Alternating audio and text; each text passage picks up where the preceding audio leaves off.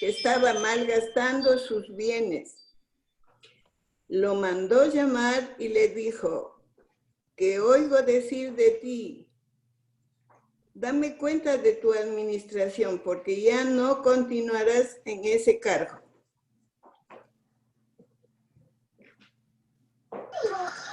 Entonces el mayordomo dijo para sí, ¿qué haré?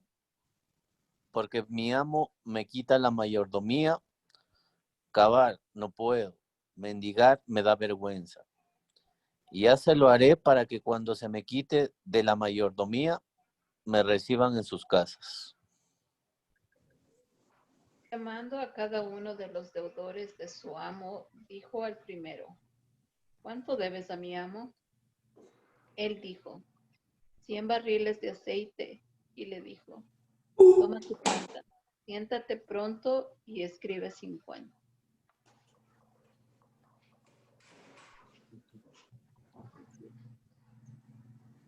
Después dijo a otro, ¿y tú cuánto debes? Y él dijo, 100 medidas de trigo. Él le dijo, toma tu cuenta y escribe 80. Y alabó el amo al mayordomo malo por haber hecho sagazmente, porque los hijos de este siglo son más sagaces en el trato con sus semejantes que los hijos de luz.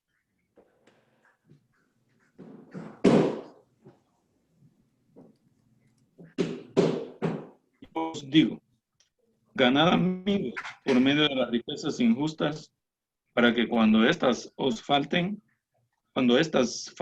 os reciban en las moradas eternas. El que es fiel en lo muy poco, también en lo más es fiel. Y el que en lo muy poco es injusto, también en lo más es injusto. Pues si en la riqueza es injusta, fuiste fieles, ¿quién os confiará lo verdadero? Y si en lo ajeno no fuiste fieles, ¿quién os dará lo que es vuestro?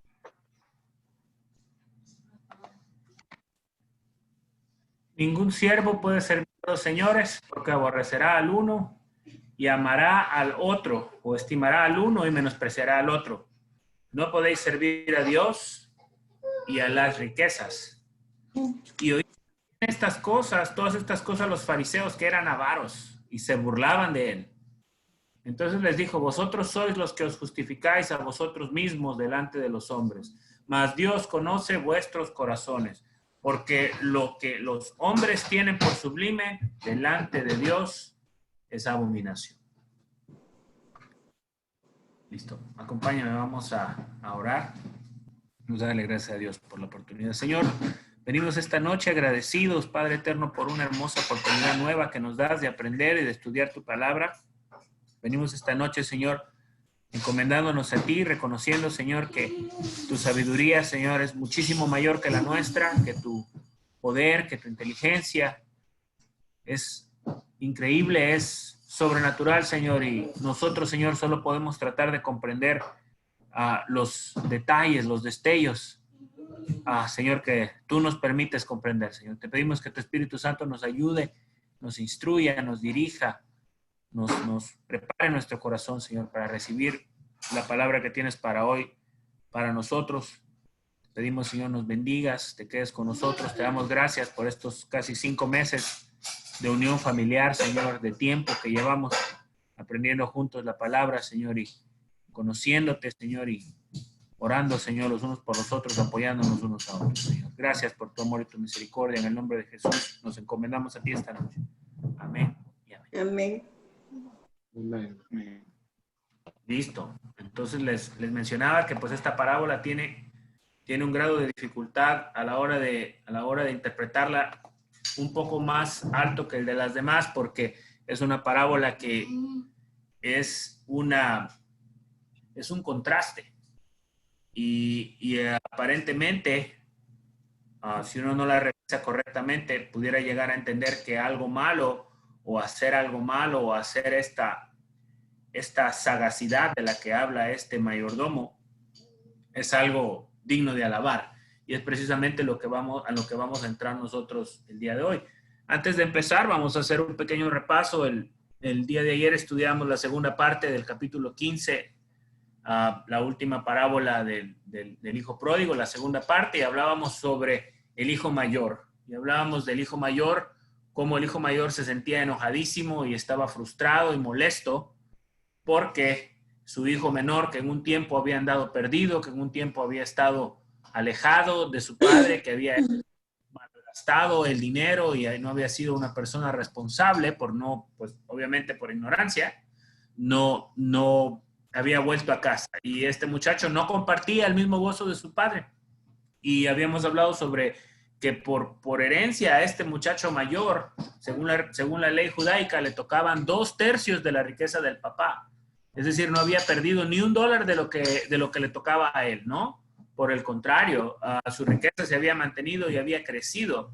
Y lo único que su papá había hecho era darle un nuevo vestido a su hijo, haberle puesto ropa, zapatos, comida y un anillo como un símbolo de amor. Y el padre se había enfiestado porque su hijo había vuelto. Un hijo que había aprendido y había entendido que estar lejos de su padre no era lo mejor para él. Un hijo que decía la palabra de Dios el día de ayer que había vuelto en sí. Y hablábamos de qué significaba volver en sí. Y luego hablábamos de que el muchacho había tomado una decisión de volver y encaminarse hacia su padre. Habíamos hablado también de que el arrepentimiento es precisamente eso, ¿verdad? Un cambio de dirección, ir hacia un lado y dejar de ir hacia ese lado y cambiar en una dirección opuesta hacia donde uno va el día de hoy. En este caso, de vuelta al Padre. Y no solo eso, el arrepentimiento no era un arrepentimiento solamente de boca, sino un arrepentimiento genuino, porque el muchacho había planeado de entrada humillarse a su padre y decirle: no me merezco ser llamado tu hijo, hazme solamente como uno de tus siervos. Y es precisamente lo que le dice su papá. Es decir, él verdaderamente sentía lo que decía. Estaba hablando con el corazón y había entendido que había obrado mal. Y su padre ni siquiera se detuvo en pensar en eso, sino que se alegró. Y hablábamos de la condición espiritual y de la verdad espiritual que el Señor habla, de que nosotros pues estamos muertos en delitos y pecados cuando estamos lejos de Dios. Cuando volvemos a Dios, el Señor nos da vida, y vida en abundancia, vida eterna, dice la palabra de Dios. Y precisamente esa es la alegría del Padre al ver a su hijo de regreso. Y dice: mi hijo muerto era y ahora vive. Y en ese contexto venimos el día de hoy. Y el Señor sigue hablando a ese hijo mayor que representaban los fariseos duros de corazón, los fariseos que querían todo lo bueno para ellos y nada más para nadie más. Los fariseos que habían detenido la puerta, que tenían la llave a la salvación, pero que no habían entrado ni tampoco dejaban a nadie más entrar. Los fariseos que por fuera parecían personas de bien, pero por dentro, en este capítulo 16 que vamos a estudiar, el Señor los cataloga de avaros, y en otra parte los cataloga de hipócritas, ¿no? De hecho, le dice a sus apóstoles: guardaos de la levadura de los fariseos. Y a ellos el Señor habla esta verdad, esto que vamos a estudiar el día de hoy. Entonces empezamos, verso 1, capítulo 16, parábola del mayordomo infiel. Dice el primer versículo: dijo también a sus discípulos: había un hombre rico que tenía un mayordomo, y este fue acusado ante él como disipador de sus bienes. Dos cosas resaltan ahí: la primera, ¿qué es la mayordomía? La segunda, ¿qué significa disipar bienes?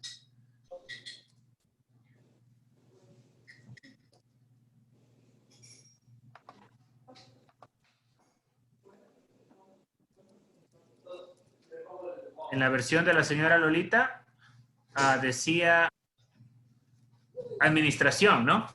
Ajá.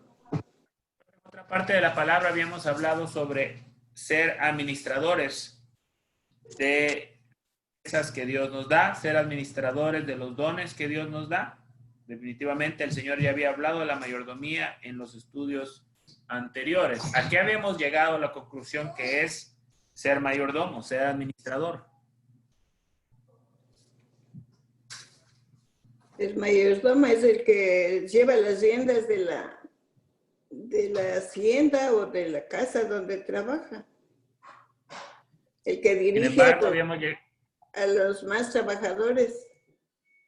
Correcto, sí. Y sin embargo, él no es dueño, ¿verdad? Él no es como, digamos, la persona dueña de las cosas. Sin embargo, él actúa a favor del dueño, ¿no? Tiene la responsabilidad que el dueño le ha dado de cuidar las cosas que pertenecen a otra persona. Sí, definitivamente es una buena definición de mayordomía y mayordomo. En actuales, en cuestiones de negocios, de compañías, el día de hoy un mayordomo es el equivalente a un administrador, a un gerente. La palabra que usan aquí en Estados Unidos es el manager, ¿no? El encargado, que es la persona, no es el dueño, pero es un empleado especial para el dueño, al cual le paga más, pero de igual manera mayor responsabilidad, ¿no? Y estamos hablando en esta ocasión de un mayordomo. Sin embargo, este mayordomo ha sido acusado como disipador de los bienes del amo. ¿Qué implica para ustedes esa palabra? Mientras yo busco otra versión para revisarla. ¿Qué significará disipar bienes?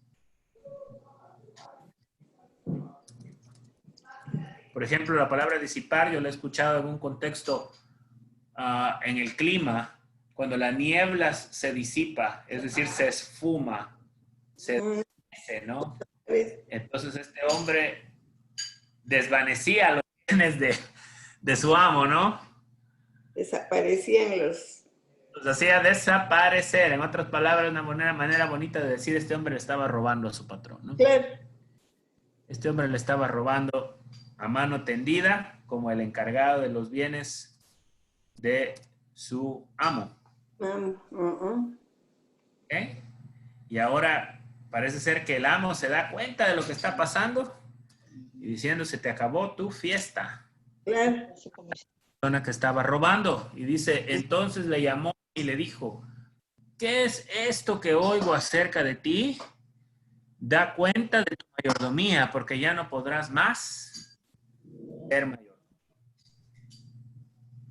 Es decir, a este acababa su tiempo de ese trabajo que tenía él, de ese privilegio de ser el mayordomo y de esa responsabilidad de ser el encargado. ¿Por qué se le acababa a esta persona la responsabilidad? Por deshonesto. Correcto, porque era deshonesto. Sí, era porque era deshonesto y el patrón le dice, da cuenta de tu mayordomía. Es decir, este hombre estaba encargado de una buena cantidad de bienes porque tenía que mostrar cuentas, sacar los libros, revisar que en dónde estaba el desfalco. Ese hombre tenía, sí, como pequeño contexto en la antigua Israel y en el contexto a los hombres que eran encontrados robando o robaban de tal manera eran echados a la cárcel, eran juzgados y eran echados a la cárcel. Y pues este hombre era precisamente lo que se le venía encima, era como quien dice, una consecuencia de sus malas acciones. ¿Ok? Así es. Ahora, en el verso 3, vamos a ver un razonamiento de este hombre. Dice el verso 3, entonces el mayordomo dijo para sí, ¿qué haré? Porque mi amo me quita la mayordomía. Cavar no puedo y mendigar me da vergüenza. ¿Qué está haciendo ese hombre en el verso 3? Dios te pague. Buscando a dónde irse porque ya le despidió, pues.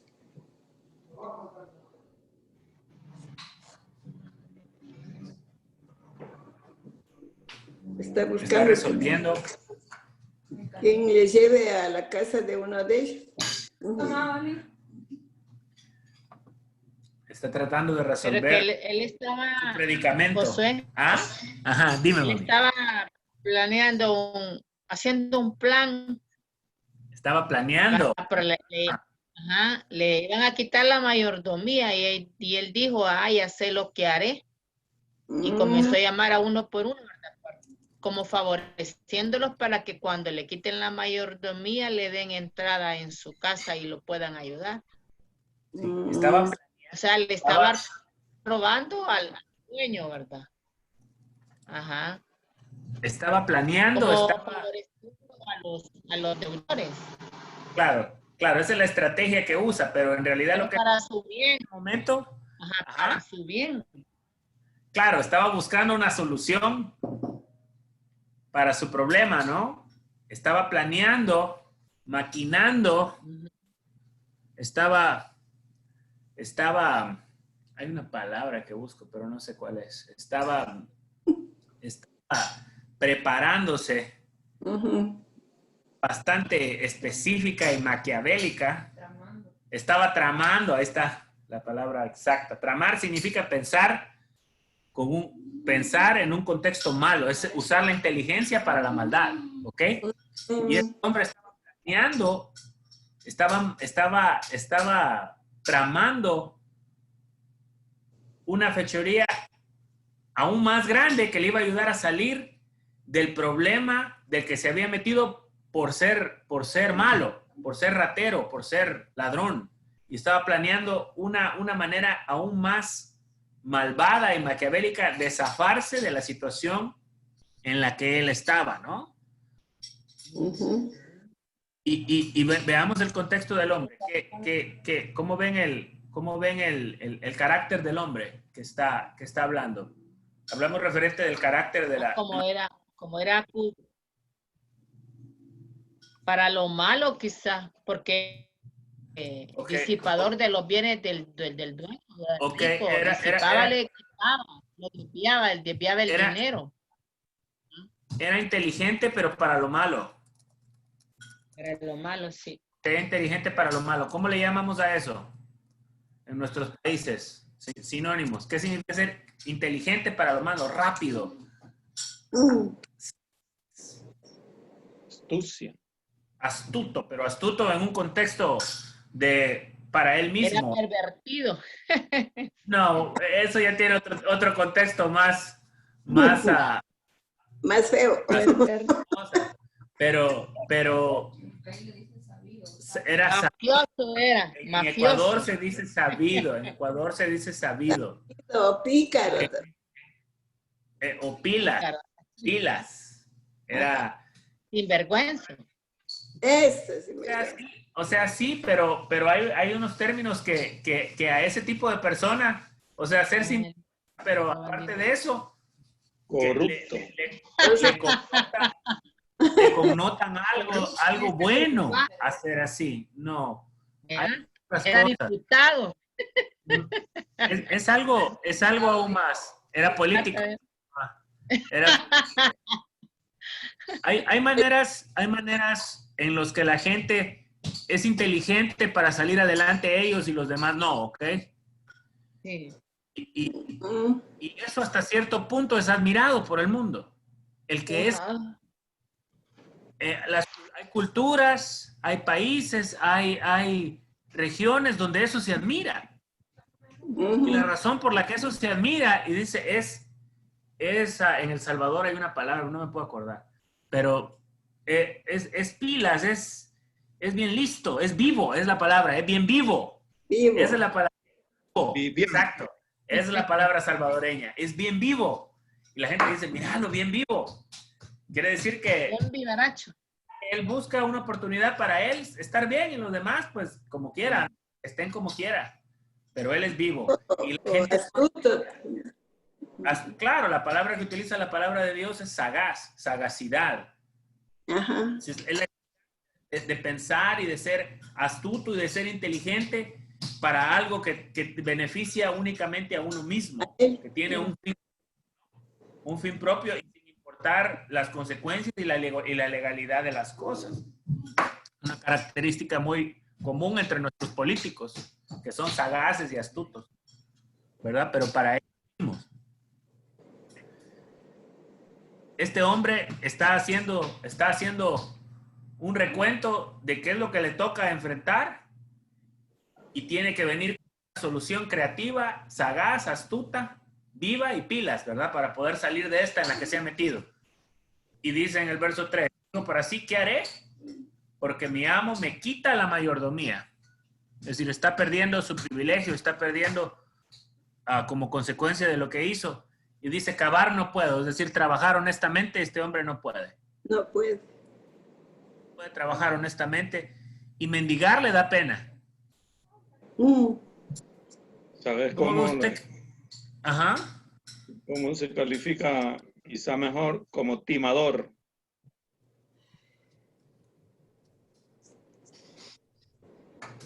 Ya, son cosas que rozan la realidad. Es bien. Luli le atinó, es tranza. El que no tranza no avanza, dicen en México, ¿ok? Sí, El que no tranza no avanza, ¿ok? No se vivo, pilas, listo. pero no es transeúnte, va. Tranza de No, transar. tranza de ser transero, dicen en mi país. ¿Qué transero? Dicen. Ok, escuche. Vamos, maquinando, estratégico, inteligente para lo malo. Y dice, miren esto es increíble, esto parece una broma, parece un chiste de lo ridículo que es. El hombre dice, porque mi amo me quita la mayordomía, trabajar honestamente, cavar, no puedo. Y mendigar me da vergüenza. Era Aragán también. El hombre dice que le da vergüenza pedir, pero no robar. Robar no le da vergüenza. Pero eso no le da vergüenza. Robar no le da vergüenza, pero pedir sí. Cavar no puede, dice. O sea, era ladrón y orgulloso, ¿no? Ratero. Cavar no puede, pero está acabando su propia condenación, va. Trabajar por sí mismo y ganarse las cosas con su esfuerzo no puede, y tampoco, y mendigar, pedir limosna le da vergüenza porque tiene orgullo. Entonces, se basa en lo único que tiene, que le ha servido para avanzar, y la única manera del que él ha aprendido a avanzar en la vida. Maquinando, ¿no? Maquinando. Vamos, por eso es que esta parábola es tan difícil de entender, porque lo que este hombre está haciendo no está bien, no está para nada bien. Ajá. Por lo general, el Señor utiliza las parábolas en símiles para mostrar cosas como deben de ser, no como no deben de ser. Y en este caso vamos al verso 4. Y dice, ya sé lo que haré para cuando se me quite la mayordomía, me reciban en sus casas. Es decir, a este hombre le salió una brillante idea, para librarse de su problema financiero. Y dice el verso 5 y 6. Dice verso 5, y llamando a cada uno de los deudores de su amo, dijo al primero, ¿cuánto debes a mi amo? Él dijo, 100 barriles de aceite. Y le dijo, toma tu cuenta, siéntate pronto y escribe 50. Después dijo a otro, ¿y tú cuánto debes? Y él dijo, 100 medidas de trigo. Él le dijo, toma tu cuenta y escribe 80. ¿Qué hizo este hombre con las cuentas del amo?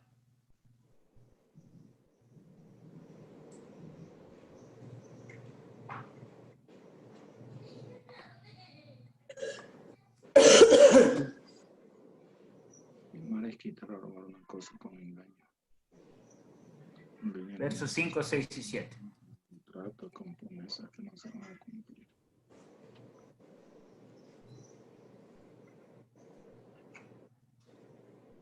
Timadores al muchachos. Sí, dice que estaba admirado con la facilidad que le estafa. Esos son los que llegan a tener pistos, se grita. Nosotros, como somos honrados, no tenemos. En otras palabras, el amo dijo, me bolseó y ni sentí. Mi jugador. No sé ni a qué rato se va a decir uno, ¿no? Cuando le roban y uno no se da ni cuenta. Qué mano más suave. Qué mano más suave de ese ladrón. Yo me recuerdo Y que hasta uno se queda admirado, ¿no? Hasta Ajá. uno se queda admirado. Dice, Mira, qué mano José, más suave de ese ladrón que no supe ni cuándo me volteó. ¿Ah? Qué bestia mira, de yo me ladrón, ¿no? recuerdo cuando llevaban el café de mi papá, antes de llegar Ajá. a entregarlo, ¿verdad? Porque le tenían que dar recibo ahí en el recibidero de café. Los que lo llevaban le daban vuelta gato a 2 o 3 sacos de café y lo dejaban en el camino y ahí llegaba otro que lo recogía y se lo llevaba. Y así Vuelta se gato daban cuenta. nomás traduciendo a Bien al suave, lo hueveaban. robaban suavito, ¿verdad? Sin sentir. ¿Ok? Y nos causa risa y nos causa admiración y Pero pues como culturalmente uno aprende a admirar a ese tipo de gente, ¿no? Y a esa gente que utiliza la astucia y la inteligencia para la maldad. Uno los admira. Por ejemplo, el Chapo de Sinaloa es una de las personas en su cultura, ¿no? Más admirados, ¿verdad? Y más elogiados por su astucia, por su sagacidad para los negocios chuecos, ¿no? por su Y el pobre, tienen preso al pobre Chapito, ¿ok? Ahora sí ya Pobre confían. Entonces, precisamente de eso se trata esa película, ¿ok? De eso. Cómo la gente que no tiene temor a Dios, no conoce de Dios y simplemente se preocupa de sí mismos y son capaces de hacer lo que sea necesario para salir adelante ellos, sin importarles nada. Son capaces de avanzar y de ser inteligentes, de ser responsables y de ser audaces y de ser sagaces con sus finanzas, con su dinero, con las cosas que tienen para alcanzar éxito y para avanzar. Y la gente, es decir, el mundo, el Señor habla de eso, y el mundo que tiene las mismas reglas y se basa de las mismas maneras y admira las mismas cosas, cuando salen adelante los admira por hacer este tipo de cosas. La pregunta clave es, ¿está bien hacer esto? ¿Está bien avanzar de esa manera? No. Vamos a seguir revisando. Entonces, en el verso 7, este hombre planeó su plan maestro. Hagamos cuenta y caso que este hombre vio la película de Ocean's 10, 11 y Ocean's 12, ¿verdad? Que son esa de los ladrones que hacen el robo maestro, ¿no? Un plan, pero tan magnífico plan, tan magnífico que hasta el que le roban se queda, wow, me robaron. Y en mi cara, ¿verdad? Así de brillantes, así de sagaces, dice el Señor, son los hijos de este siglo para llevar a cabo sus planes y sus cosas. ¿Ok? Vamos a seguir avanzando.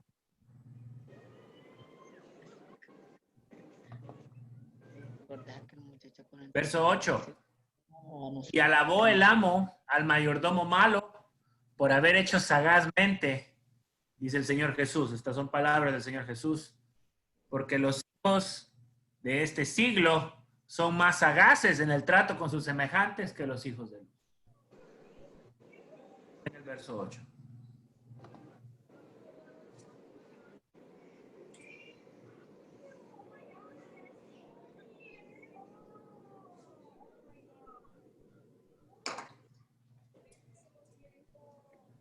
El amo que ya lo había cachado robándole, el amo que ya tenía listo al juez para echarlo a la prisión.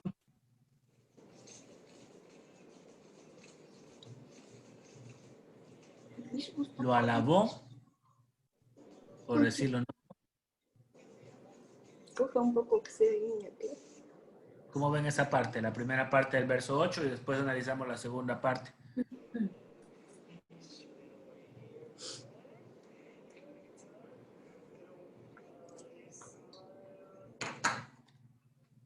El patrón también. miró la manera tan inteligente de actuar.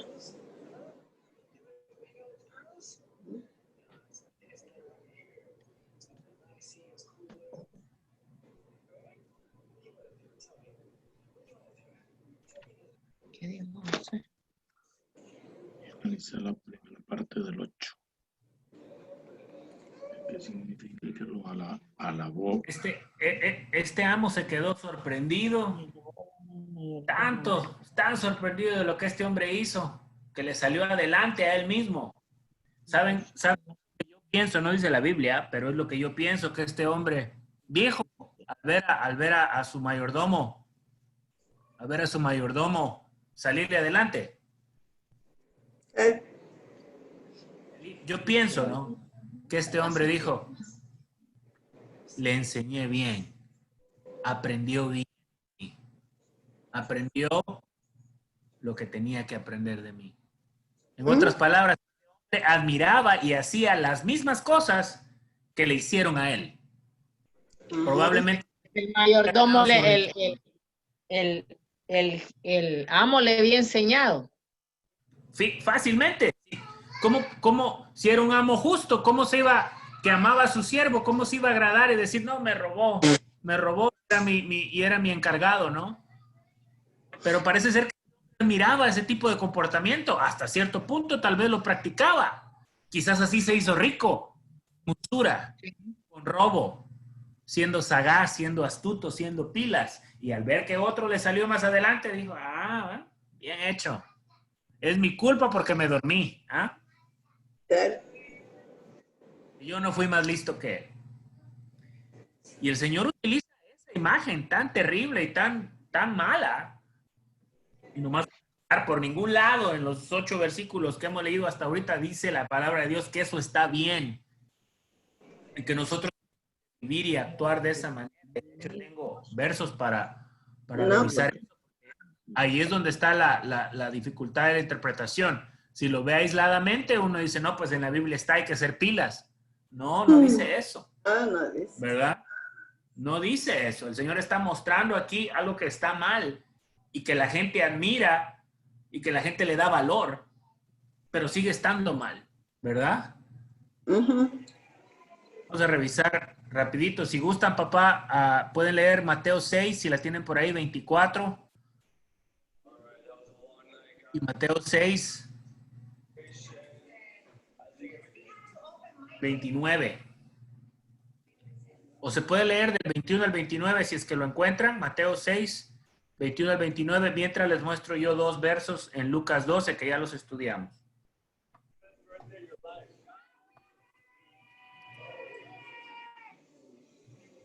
Tengo yo Lucas 12, 21, 42. Lucas 12, 21.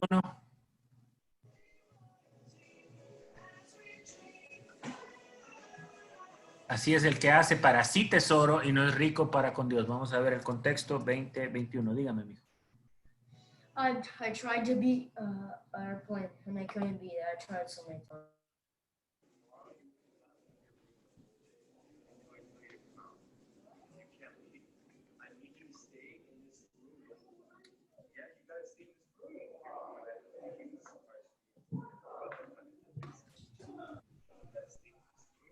Este era el hombre que quería guardar aún más, no sé si recuerdan, hacer más grandes sus graneros. Y dijo, ahora voy a gozar todo lo que he guardado, ¿no? El que tumbó sus graneros y los hizo más altos, porque tenía tanto dinero que a dónde meterlo, ¿ah? Verso 12, Lucas 12, 20, 21. Voy a ver otro yo acá. Rapidito.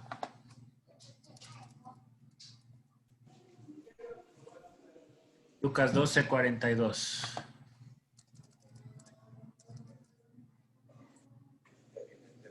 Dijo el Señor, ¿quién es el mayordomo fiel y prudente, al cual su Señor pondrá sobre su casa para que a tiempo les dé su ración?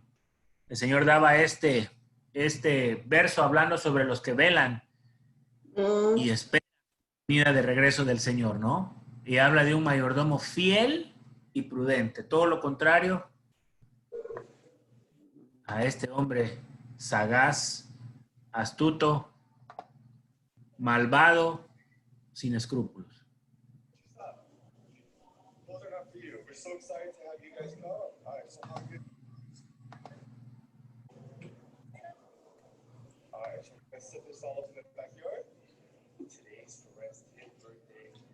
Ahora vamos a la segunda parte del 8. Dice, porque los hijos de este siglo son más sagaces en el trato con sus semejantes que los hijos de luz. ¿Qué significa eso?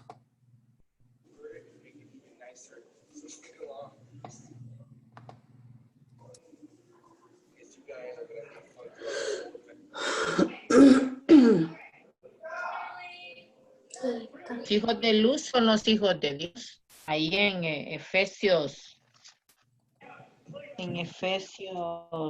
¿cuánto? 5:8 dice, y mira Tesalonicenses 5:5. Búscalos y Porque léelos. o sea, lo mando como luz en medio de las tinieblas. Pero ¿qué significa que Creo los que nos hombres... mandó a Mateo.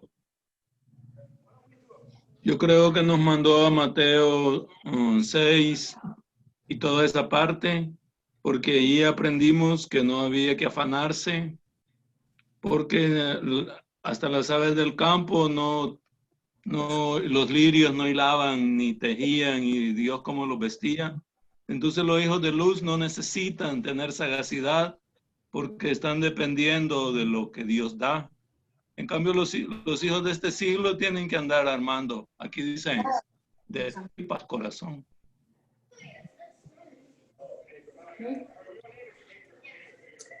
Dice, porque los hijos de este siglo son más sagaces en el trato con sus semejantes que los hijos de luz. El Señor está comparando a los hijos de luz con los hijos de este siglo. Y está diciendo que los hijos de este siglo son más sagaces en el trato con sus semejantes que los hijos de luz.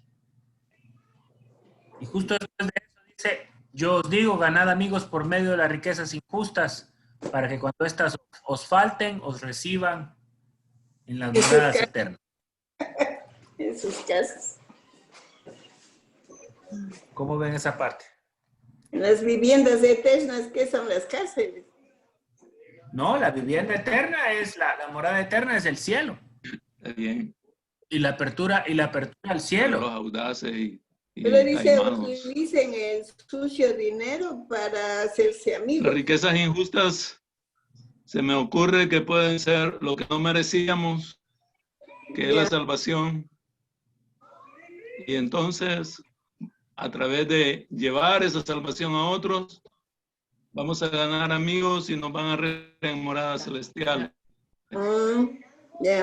El Señor habla de que las riquezas eternas se hacen dando a los pobres, ayudando al prójimo, ¿verdad? Apoyando al menesteroso, cuidando a la viuda, cuidando al enfermo, ¿verdad? Ayudando al que no tiene, usar los bienes que Él nos ha dado, ya lo hemos estudiado, y que aseos, riquezas, la polilla no daña, ¿verdad? Riquezas eternas. Entonces por ahí va la cosa. Por eso es que les digo, es un poco complicado llegar al contexto correcto de esta parábola. Pero ahí le dice él, los hijos de este siglo, que solo se preocupan por ellos mismos, que buscan maneras de salir adelante, a como sea, los demás, son mejores manejando la riqueza que los hijos de Dios. Eso ese es un golpe fuerte, ¿eh? Eso es un golpe fuerte. Eso es una llamada a despertar. Una llamada a reaccionar. Hemos hablado mucho sobre el dinero y hemos hablado de que el dinero en sí no es malo. Y tener dinero tampoco es malo. Claro. Y lograr guardar algo tampoco es malo. No es fácil. Y las personas que lo hacen lo hacen con mucho esfuerzo, privándose de dejar de hacer cosas, dejando de comprar cosas, dejando de trabajar, trabajando doble, dejando de ver a sus hijos, no es fácil privarse de cosas para guardar. Habíamos hablado de que el problema no es tener dinero, el problema es el amor al dinero. Es decir, que por hacer más dinero no viva mi vida, que por hacer más dinero, que solo hacer y hacer y hacer y hacer es lo único importante en mi vida y no utilizo el dinero que tengo como un medio, como un fin, no lo utilizo como fin y no como el medio para alcanzar las cosas que necesito, ¿verdad? Entonces, es lo que habíamos estudiado. La palabra de Dios nos dice que las personas que no temen a Dios y no conocen de Dios son más astutas manejando el dinero y relacionándose con la gente que los que conocen de Dios. El Señor insta a ganar amigos por medio de las riquezas injustas, para cuando éstas falten o reciban en las moradas eternas. Vamos a revisar otros 3 versículos del Romanos 16.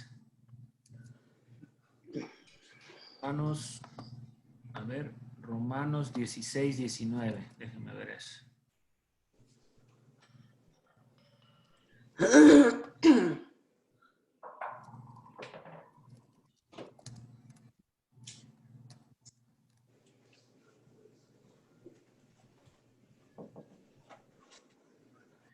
Porque vuestra obediencia, le dice a los romanos el apóstol Pablo, ha venido a ser notoria a todos, así que me gozo de vosotros, pero quiero que seáis sabios para el bien e ingenuos para el mal.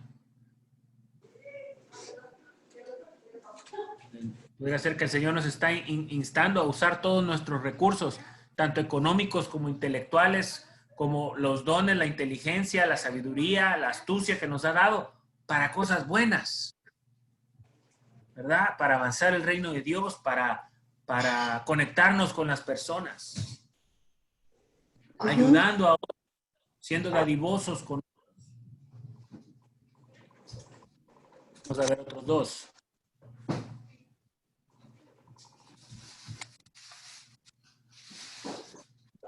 Corintios 4, 1, 2.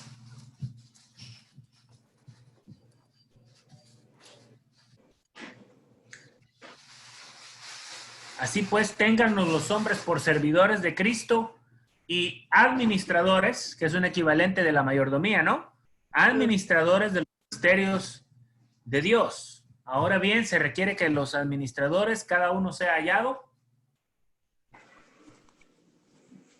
fiel. ¿Y cómo era este mayordomo? Era infiel. Era contrario a su amo. Pero su amo era igual. Por eso es que estaba a gusto. Por eso es que le aplaudió lo que le hizo, ¿no? Claro. Primera de Pedro 4:10.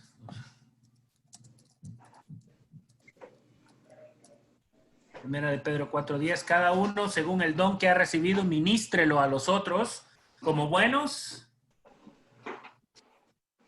administradores, una vez más, administradores de la multiforme gracia de Dios. ¿Qué implica la palabra multiforme?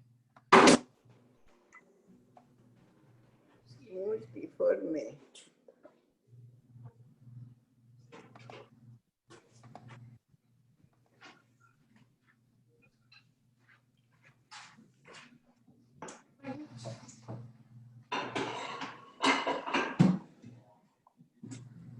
De varias formas.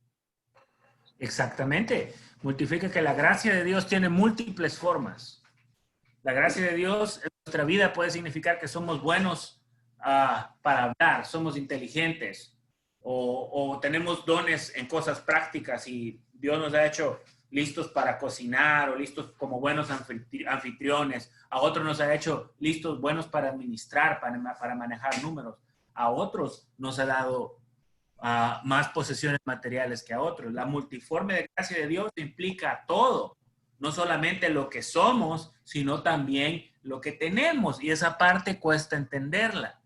Cuesta entenderla porque uno tiene la preconcepción de que el dinero es malo.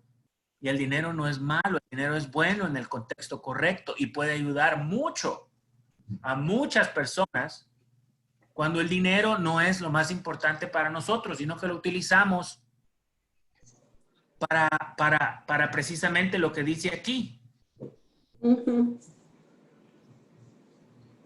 ¿Verdad? Para ganar amigos por medio de las riquezas injustas. ¿Por qué son injustas esas riquezas terrenales? El oro, la plata, los recursos materiales. ¿Por qué son injustos?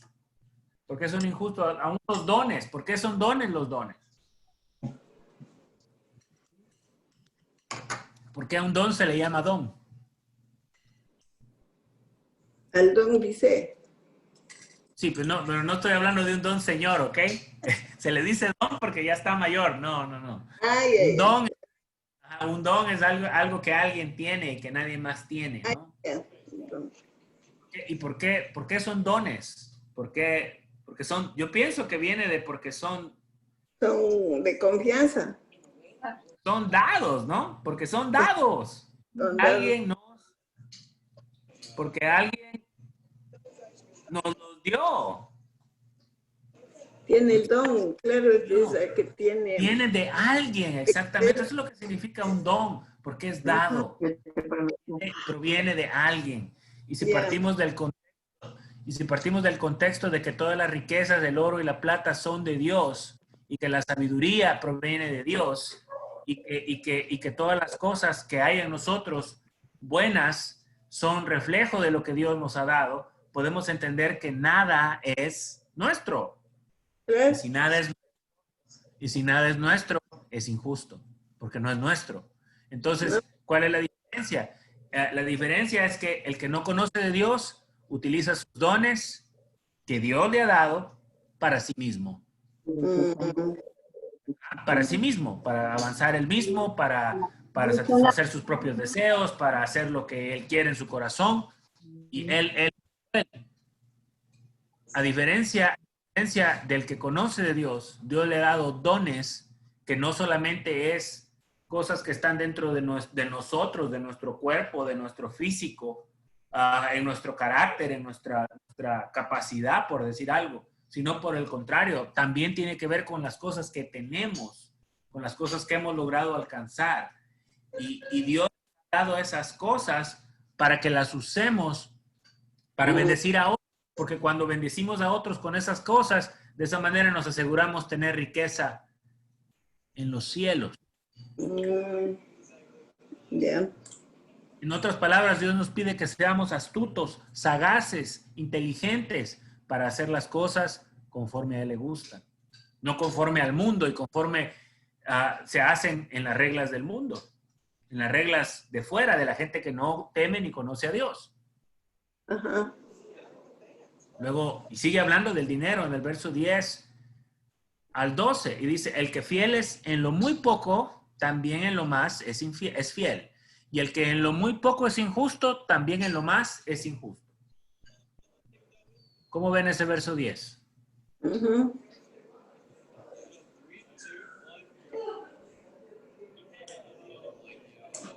El que es fiel en lo poco, también en lo más es fiel. Y el que en lo muy poco, también en lo más es injusto.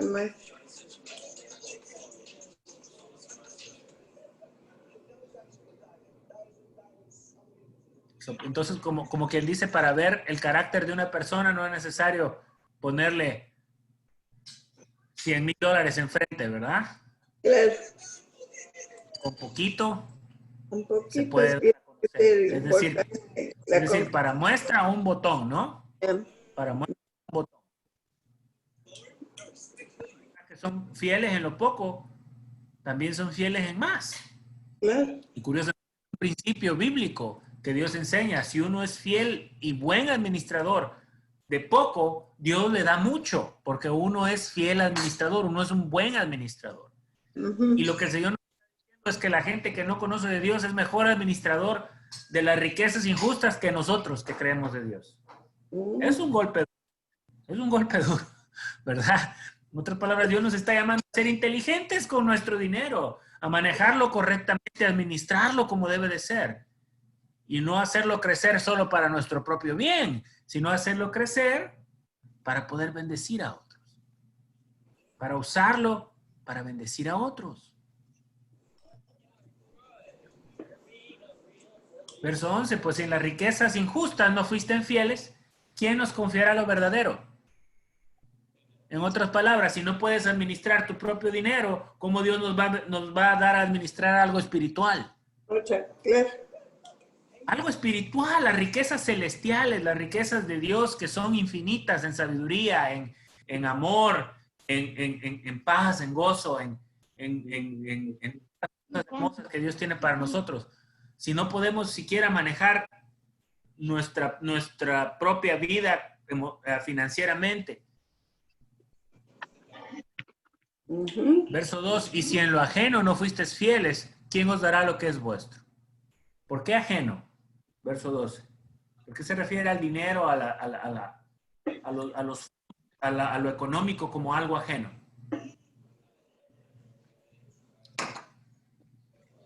Que no es de ellos. En otras palabras, el Señor está reclamando que todo el oro y toda la plata y todas las riquezas del mundo son de Él. De Él, claro. Él, y Él las da y las entrega como Él gusta. Nosotros nos ha confiado mucho o poco, o sea poco, y si en mucho o en poco no lo administramos correctamente, ahí dice, ¿no? No son míos. ¿Quién nos dará lo que es vuestro? ¿Quién nos confiará lo verdadero?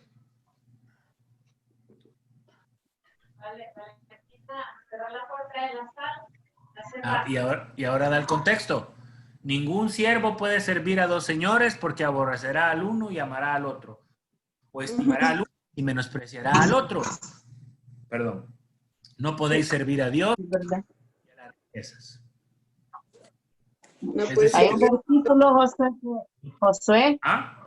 hay un Ajá. versículo que dice, quienes teniéndolo todo son muy pobres y algunos que no teniendo nada son muy ricos. O sea, el Señor no solo se refiere al dinero, ¿verdad? Sino que la riqueza en gloria que Él nos ha dado.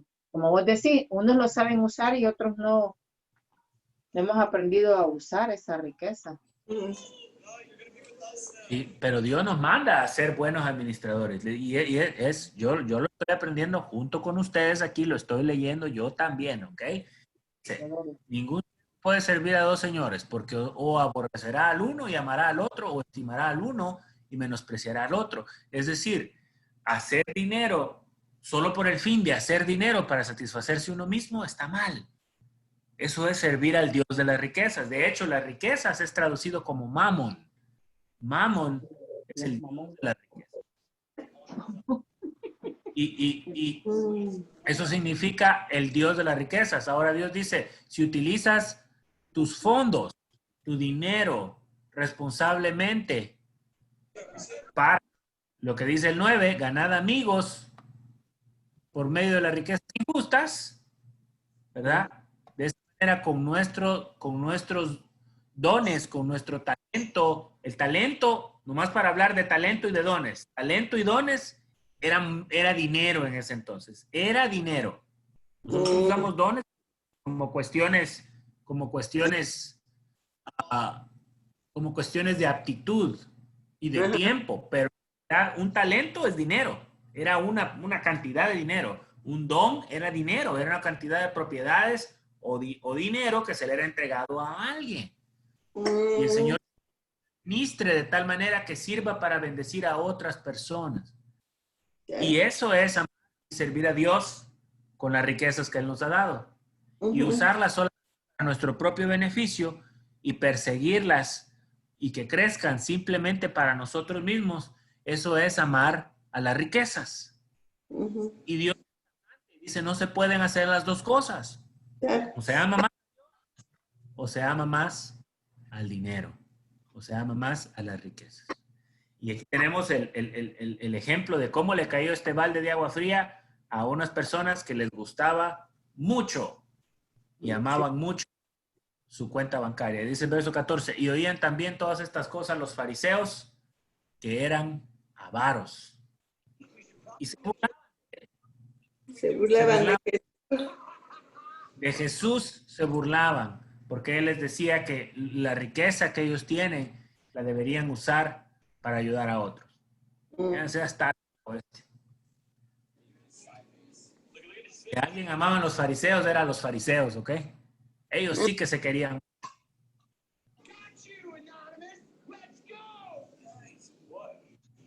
Y entonces el Señor les contesta en el 15, entonces les dijo, vosotros sois los que justificáis a vosotros mismos delante de los hombres, mas Dios conoce vuestros corazones, porque lo que los tiene por sublime delante de Dios es abominación. Es decir, nosotros los seres humanos admiramos al que ha alcanzado grandes puestos, al que tiene mucha riqueza, al que tiene muchos bienes, muchas propiedades, al que ha alcanzado mucho dinero. El Señor Jesús está dando noticias aquí. Dice, lo que sea que ustedes hombres tengan por sublime, por grande, por hermoso, por exitoso, delante de Dios, es despreciable. Es otro tipo de riqueza. Mira la riqueza del corazón, la riqueza que uno acumula en el cielo al cumplir y hacer la voluntad de Dios. ¿Cuál es la voluntad de Dios en este caso, de lo que estamos estudiando? Usar lo que nos ha dado, sea poco, sea mucho, sea dinero, sea tiempo, sea inteligencia, sea talentos, para ayudar y bendecir a otros, ¿ya? ¿Listo? Dejémosle hasta ahí, ¿ya? Acompáñame. Amado Señor, venimos esta noche, Padre Celestial, entendiendo, Señor, que esta palabra es para nosotros. Entendiendo, Señor, que este mensaje, Señor, es duro, es fuerte. Conmocionó a todos en el momento que lo diste. Ha sido de debate por años. Y ahora, Señor, has permitido que nosotros lo recibamos, Señor. Y entendemos, Señor, que es contrario a lo que nos enseñan en la escuela, a lo que nos enseñan en la calle, lo que aprendemos en nuestras vidas, a buscar nuestro propio bien, a ser vivos, a hacer pilas para nosotros mismos. Sin embargo, Señor, tú quieres otra cosa de nosotros. Tú quieres que lo que nos has dado, Señor, lo usemos para tu gloria y honra, Señor. Señor, nos enseñas, Padre Celestial, que lo que está mal, está mal. Ayúdanos, Señor, a ver en nuestra vida lo que está mal. Y ayúdanos a hacer lo que está bien conforme a tu palabra. Ayúdanos, Señor, a amarte más a ti que al dinero, amarte más a ti que a nosotros mismos. Ayúdanos, Señor, a ser dadivosos, a poder compartir lo que tenemos. No simplemente por compartirlo, sino porque de esa manera, dice la palabra de Dios, que acumulamos riquezas que no se van a vencer, que no se van a expirar, que no se van a quedar aquí el día que nos vayamos. Que por cierto pudiera ser cualquier momento. Señor, habla a nuestros corazones, a nuestra mente, instrúyanos. Ayúdanos, Señor, a comprender. Y no solamente a comprender, sino a hacer, a obrar conforme a la palabra que nos has dado. Hermanos, te agradecemos por las nuevas oportunidades, las cosas nuevas que tienes para cada uno de nosotros. Síguenos bendiciendo, ayúdanos a ser bienes, a ser buenos con las cosas que nos has dado, a ser buenos administradores, porque al ser buenos administradores en lo poco, tú nos pones en lo mucho, y eso no solo se refiere en lo espiritual, se refiere en lo espiritual, en lo económico. Todo. Dice la palabra de Dios que el siervo de Dios es apto para toda buena obra. Es integral. No es bueno en una cosa y terrible en otra.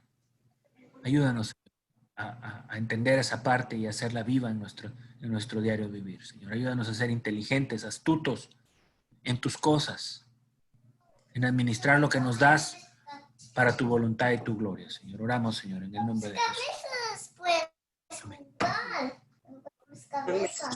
Amén.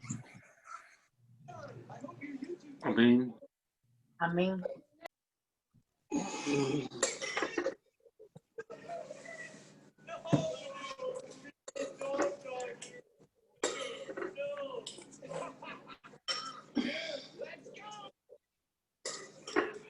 Hasta mañana. Pasen buenas noches.